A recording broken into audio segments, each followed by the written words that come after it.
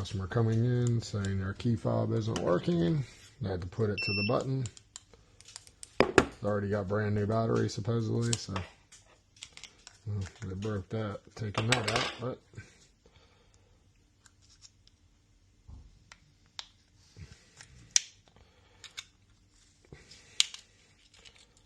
every time, never fails. We don't tell customers that. Been yelled at. They were working fine, and she changed the batteries in them, and then.